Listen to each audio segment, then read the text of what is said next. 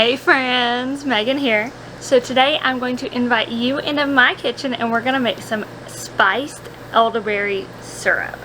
Now this is absolutely delicious, but it is also really good for you and your family. Now I know we don't want to think about cold and flu season yet because it is still hot, especially here in South Carolina. We're almost 90 degrees today. Whew.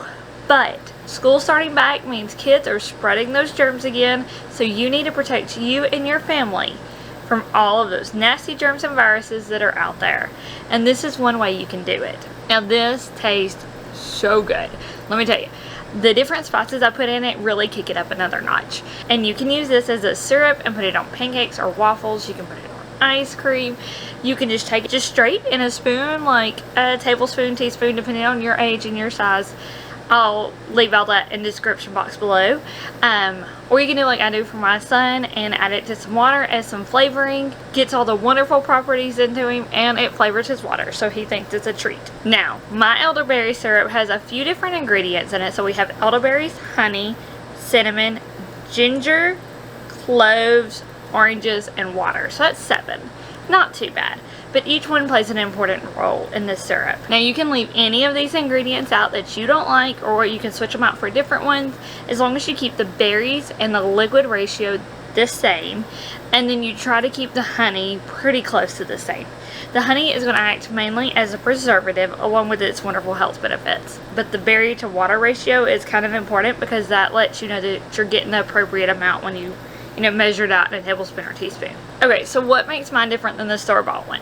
For my ingredients I used in this recipe, I come out with a total of $25.79, and that made 31 ounces, and I spilled a little, so it probably would have been 32. For 31 ounces, I'm looking at 83 cents an ounce. For the store-bought version, you would be paying $15.98 for 4 ounces. That's $3.99 an ounce. Whew. Oh my goodness. For what you'd pay for 2 of those bottles, you can make an entire 31 ounce batch of this at home. Plus you control what ingredients go in it so that it is only the best for your family. So come with me to my kitchen and let's get it made.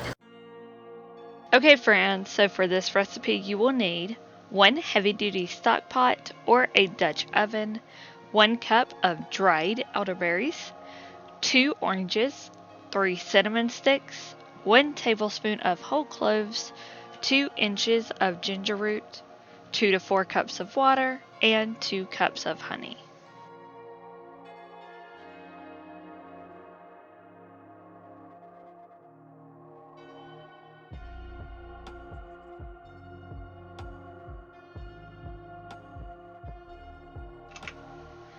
Start by zesting 1 orange. I'm using a cheese grater for that. Since I have it out, I'm going to go ahead and use my cheese grater to slice my ginger root. You can also use a knife to slice your ginger root or just grate it on the cheese grater as well. The point is to give you more surface area for that water and elderberry juice to penetrate and pull out the nutrients of the ginger root. Next, measure 1 tablespoon of whole cloves, 3 cinnamon sticks are going to be added to your bowl, and then we're going to move on to juicing our oranges. Now I only have a lemon juicer on hand.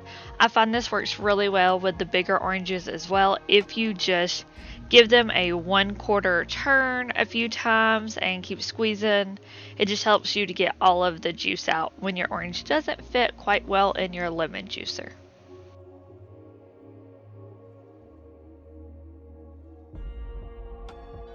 Next, we will measure out 1 cup of dried elderberries. I get mine from Mountain Rose Herbs. Okay, start by adding 2 cups of water to your pot. We need 4 cups of liquid total, so measure out your orange juice and then fill up what you need remaining in your liquid with water.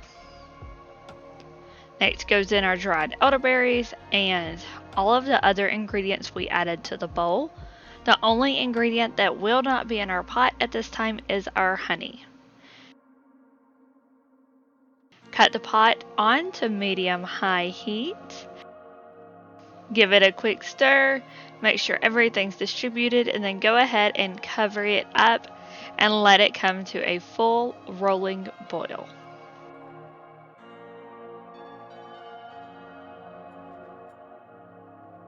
Took mine about 10 minutes to come to a boil, so now we're just going to give it a stir. Cover it up, but leave a little bit of space so that steam can escape, and turn your stove to low. We're going to cook it this way for an hour, stirring once halfway between. Just remember you need that space for your lid so that steam can escape and your juice can reduce. After an hour, we will notice that most of our liquid is gone from our pot. Our elderberries still look small and a little dry, but if you squish them on the side of the pot, some juice will come out. Then you know you're ready to go. Go ahead and strain all of the ingredients in your pot through a fine mesh strainer. Then you just want to give it a good squish against that fine mesh strainer with your spoon a few times to get the majority of your liquid out of it. Then we'll go ahead and just remove the big pieces like our cinnamon sticks and big chunks of ginger, and then continue to squish your elderberries against the side of the strainer until all of the juice has come out of them.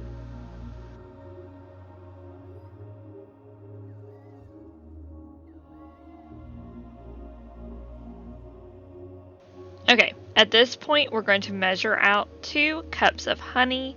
You can reduce this down to 1 cup. Just know it will not store as well because your honey acts as a great preservative.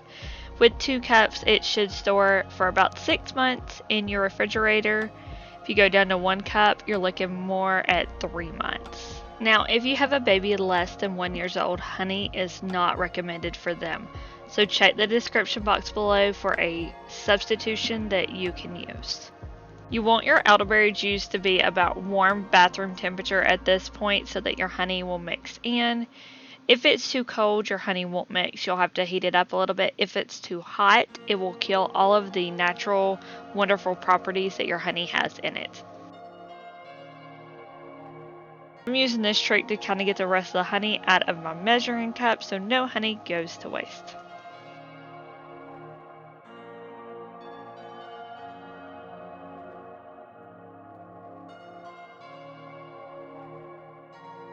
Now I'm using an old honey jar we had left over from some previous store-bought honey, and that's just what I'm going to store my elderberry syrup in. It's really easy to squeeze it out of a jar like this.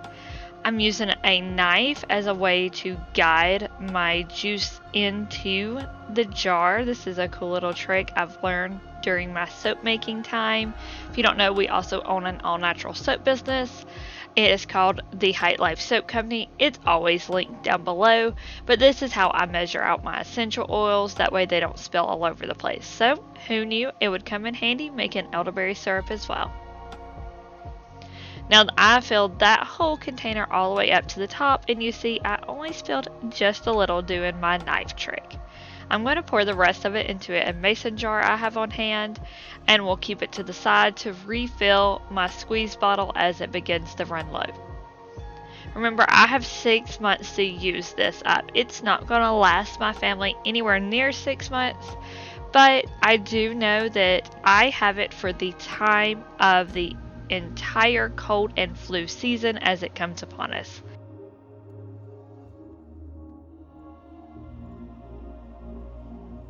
Now I got about 7 ounces in my mason jar here for a total of 31 ounces of elderberry syrup.